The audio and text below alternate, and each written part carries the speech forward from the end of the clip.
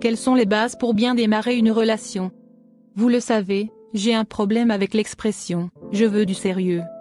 Car, ce sérieux est un mot fourre-tout qui mêle engagement, attachement, sentiment, construction d'un nous commun.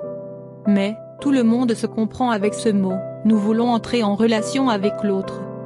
Donc, aujourd'hui, je parlerai de ce que nous pouvons mettre en place sur les 3 ou 4 premières semaines pour opérer si ce mec s'attache à nous et pour l'accompagner dans son attachement. Autrement dit, comment ouvrir une rencontre sur une relation? Tout est dans l'article. Enjoy. Le respect de l'entrée en relation.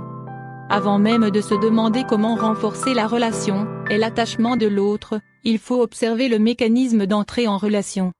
La stratégie sera différente selon que nous l'ayons rencontré via un site ou si c'est un ami de longue date. Ce n'est qu'ensuite que nous pourrions penser le maintien, voire développement, des sentiments. Entrer en relation, via l'amitié. Exemple. Paul travaille avec Marie depuis 3/4 mois. Ils se croisaient souvent sans prendre le temps d'apprendre à se connaître, normal, au boulot, on n'est pas là pour ça.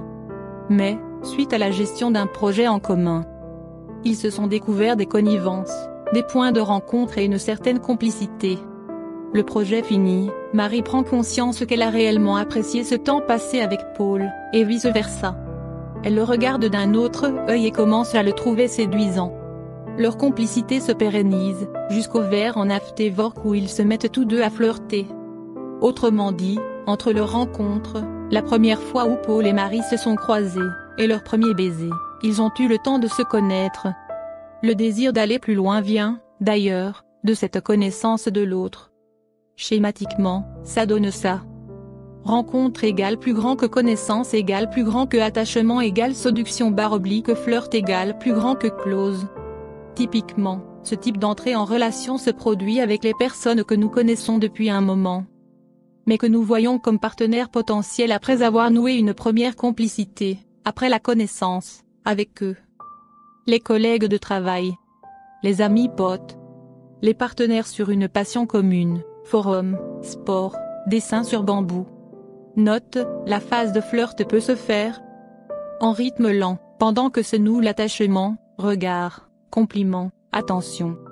En rythme rapide, en une soirée où tout dégringole, lui, je n'en parle pas. Entrer en relation, via le désir. Exemple. Marie est sortie boire un verre avec ses potes.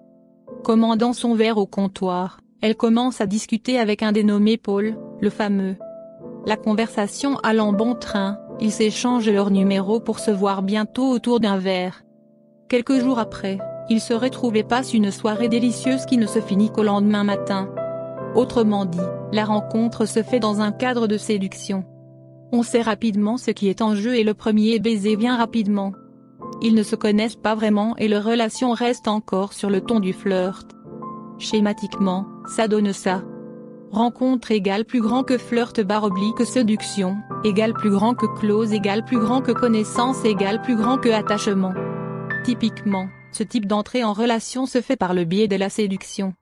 On se présente comme célibataire et l'on se plaît avant même de se connaître. C'est après le close, s'il y a suite, que nous apprendrons à connaître l'autre. On retrouve les rencontres boîte monde de la nuit. Les sites de rencontres. C'est souvent dans ce genre de contexte que l'on se demande s'il faut coucher ou non le premier soir. Nous pouvons être insécurisés parce que le sexe n'ouvre pas nécessairement sur une relation. Entrer en relation, via le coup de foudre / coup de cœur. Exemple. Marie pique-nique avec des amis sur les berges d'un long fleuve quelconque. Un autre groupe de copains les rejoint, groupe où se trouve Paul. Quand Paul et Marie se regardent, ils ont un sentiment puissant de familiarité. Comme s'ils se connaissaient depuis très longtemps, comme s'ils croisaient, enfin, un visage lumineux dans la foule, d'un coup devenue grise. Ils passeront l'après-midi dans leur bulle, à échanger sur tout ou rien en se bouffant des yeux. Bref, la complicité et confiance sont presque instantanées. Autrement dit, la rencontre commence par un feeling réciproque. Au-delà de se plaire. Coup de cœur ou coup de foudre? Je ne m'amuserai pas à tenter d'en déterminer les différences. Mais, l'attachement se noue avant la connaissance de l'autre. Note, cette situation me semble relativement rare, j'en ai vécu qu'une dans ma vie. Je pense qu'on confond souvent les rencontres où l'on se plaît mais qui demeurent des rencontres de séduction, de celle-ci. Peut-être parce que l'on imagine que le coup de foudre raconte une plus jolie histoire. Peut-être parce que ça vient justifier les angoisses folles dans lesquelles on peut se voir avec un mec fraîchement rencontré. Schématiquement, ça donne ça. Rencontre égale plus grand que attachement égale plus grand que clause égale plus grand que connaissance égale plus grand que flirt / séduction. Très présent dans les contes de fées, il semblerait que certaines personnes le vivent dans la réalité. D'un point de vue affectif, c'est sécurisant, mais déstabilisant quand même, puisque les sentiments de l'autre comme les nôtres nous semblent évidents. Typiquement, je n'ai pas de typiquement. Le respect de la temporalité de la relation. Ici, nous allons voir comment gérer les premiers temps, pour offrir quelques racines solides à la relation. Avant de démarrer, je tiens à dire que la relation se fait nécessairement à deux. Si vous êtes tombé sur un homme qui fait le mort après une première nuit, vous ne le ferez pas changer d'avis. Tous ces conseils marchent que si la dynamique est commune. Sinon, next. Relation, via l'amitié. Quand la relation a démarré par une amitié, que la complicité qui s'est construite sur le temps. Paul s'est attaché à Marie pour ce qu'elle est, humour, point commun, mais aussi pour ce qu'elle offrait dans la relation.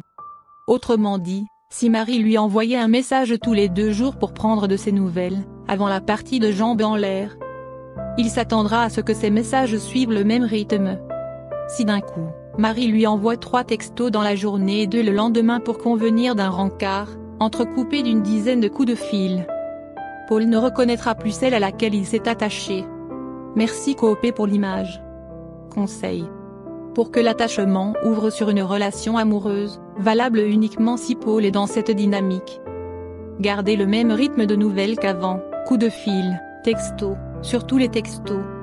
Évitez de lui faire part de votre peur de l'abandon, si vous n'en aviez jamais parlé avant. Vous aviez confiance en lui avant, pourquoi cesser maintenant? Sur la tonalité des rapports, mots doux, dialogue sur le couple. Pour être sûr de votre coup, appliquez le système de punition-récompense, il fait un pas, vous faites un pas, et vice-versa. Profitez des bons moments sans vous noyer dans les projections. C'est la vie qui vous dira, si c'est le bon. Pas lui, pas en 3 rencarts. Il n'en sait rien. Ne vous investissez pas plus qu'il ne vous le propose. C'est le meilleur moyen de se sentir frustré, d'avoir le sentiment de donner à sens unique. Passez les 3-4 premières semaines, votre relation aura pris une consistance, une première forme. S'il s'est rapproché de vous, même lentement, c'est que vous avancez tranquillement dans votre relation. S'il s'est éloigné, c'est qu'il ne désire pas de relation avec vous maintenant. Peu importe qu'il ait peur ou non de ses sentiments parce qu'il a souffert avec une ex, vous n'êtes pas sa psychologue, ni une nana Kleenex. Peut-être qu'il sera temps de prendre vos distances. Relation, via le désir. Quand Paul rencontre Marie au bar, il n'envisage pas de se caser. Peut-être dans un futur lointain, avec une personne dont le visage est flou. Peut-être qu'il met un pourquoi pas sur Marie. Et, peut-être que ce pourquoi pas, il exprimera par un désir de sérieux. La réalité, c'est que pour le moment, il espère plaire à Marie. Pas construire avec. Et quand il parle de relation, il ne parle pas d'elle maintenant. Après la nuit passée ensemble, il est possible que Paul fasse le mort. Dans ce cas, Paul ne veut pas poursuivre l'aventure avec Marie. Ils auront passé une belle nuit, et eu un joli souvenir, ensemble, mais c'est tout. Peut-être qu'il désirera la revoir, il le lui proposera les jours suivants. Il est possible qu'il n'y ait rien d'autre que nous avons passé un bon moment, partante pour un second? Sans projeter beaucoup plus loin. Pourquoi le ferait-il? Il ne connaît pas Marie. Conseil. Le système de punition-récompense est toujours valable. Il permet d'éviter d'être en demande quand l'autre est en refus. Restez sur le factuel, Paul propose un second rendez-vous, il ne propose pas une vie à deux. Restez sur la séduction, c'est le cadre de la rencontre. Paul a rencontré une femme séduisante, pas une future mère pour ses enfants. Avancez l'heure des rendez-vous jusqu'à proposer des rendez-vous pour faire un truc. Ciné, resto, musée, pique-nique. Si Paul vous propose systématiquement de vous voir le soir dans un de vos appartements, tentez le verre à l'extérieur en fin d'après-midi. S'il refuse, c'est qu'il est possible qu'il aime cette relation d'amant comme ça. Comme au-dessus, pas de projection, pas de faux qu'on parle de notre relation. Est-ce qu'on est un couple? Pas de reproche sur une absence de texto, sauf promesse, il ne vous doit rien, et souhaitera. Bref, soyez relax. Passez 3/4 semaines, faites le point. S'il s'est rapproché, joue le jeu des rencarts de journée, s'ouvre sur de la tendresse, peut-être est-il temps de parler de votre relation. S'il reste sur sa dynamique, on se voit le soir uniquement, on s'envoie en l'air et on ne prévoit rien. Et que toutes vos initiatives pour changer le cadre de vos entrevues tombent à l'eau, peut-être est-il temps de prendre vos distances. Relation, via le coup de foudre. Pour les relations coup de foudre coup de cœur, je dois avouer nager dans flou. Notamment parce qu'elles sont souvent confondues avec les autres.